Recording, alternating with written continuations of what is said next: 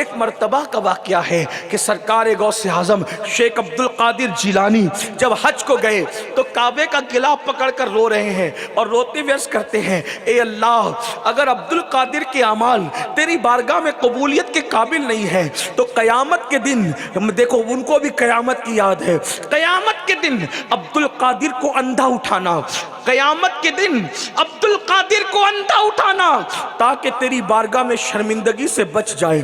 کون غوث اعظم جنہوں نے 40 سال تک کے عشاء کے وضو سے فجر کی نماز پڑھی، ان کو میدان محشر کا اتنا خیال ہے؟ کون غوث اعظم اللہ اکبر جو 15 سال تک معمول تھا کہ ایک پیر پر زور دے کر پوری رات میں قرآن مقدس ختم کیا کرتے تھے، وہ غوث پاک رضی اللہ تعالیٰ کہتے ہیں اللہ میرے اعمال اگر اس قابل نہیں ہے تو قیامت میں تو مجھے انڈا اٹھانا تاکہ میں تیری بارگاہ میں شرمندگی سے بچ جاؤں۔ اپنے اعمال کو دیکھو اور اپنے اعمال دیکھ کر سوچو کیا واقعی ہم ولیوں کے راستے پر ہے؟ وہ غوث اعظم شیخ عبد القادر جیلانی، ایک مرتبہ عید کا دن ہے، عید کے دن لوگ نئے کپڑے پہنتے ہیں، عید کے دن لوگ خوشیاں مناتے ہیں، عید کے دن لوگ خوشیوں کا اظہار کرتے ہیں، کرنا بھی چاہیے، لیکن کسی نے دیکھا غوث پاک عید کے دن رو رہے ہیں، داڑھی آنسوؤں سے تر ہے۔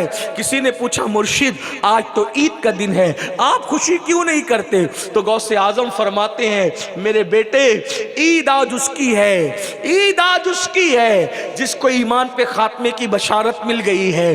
آج عبد القادر اس لیے رو رہا ہے کہ میری عید اس دن ہوگی، عبد القادر کی عید اس دن ہوگی جس دن اس کا ایمان پر خاتمہ ہوگا۔ آپ سے پوچھنا چاہتا ہوں وہ ایمان پہ خاتمے کی فکر کریں، وہ میدان محشر کی فکر کریں، ہمیں کیا ہوا؟ کانوں میں ایئر فون لگا کے گانے ہم سنیں اس کے بعد ہم جنتی ہے۔ میرے عزیز جنت اتنی آسان نہیں ہے، یہ شہادت گہے الفت میں قدم رکھنا ہے۔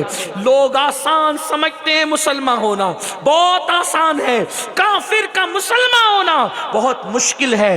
مسلمان کا مسلمان ہونا وہ میدان محشر ہے جہاں نسب نہیں دیکھے جائیں گے، وہ میدان محشر ہے جہاں علم کی ڈگریاں نہیں دیکھی جائے گی، وہ میدان محشر ہے وہاں خوبصورتی اور چہرے نہیں دیکھے جائیں گے، وہ میدان محشر ہے وہاں علاقہ اور خطہ نہیں دیکھا جائے گا۔ وہ محشر کیا ہے؟ نبی کا بیٹا بھی اگر مجرم ہوگا، اب اپنی ان جملوں کو ذرا دل پہ لکھ کر لے جائیں، کچھ یاد رہے نہ رہے یہ جملہ یاد رکھنا، اگر نبی کا بیٹا بھی مجرم رہا تو اللہ نبی کے بیٹے کو بھی جہنم میں داخل کرے گا، نوح علیہ السلام کے بیٹے کی شکل میں۔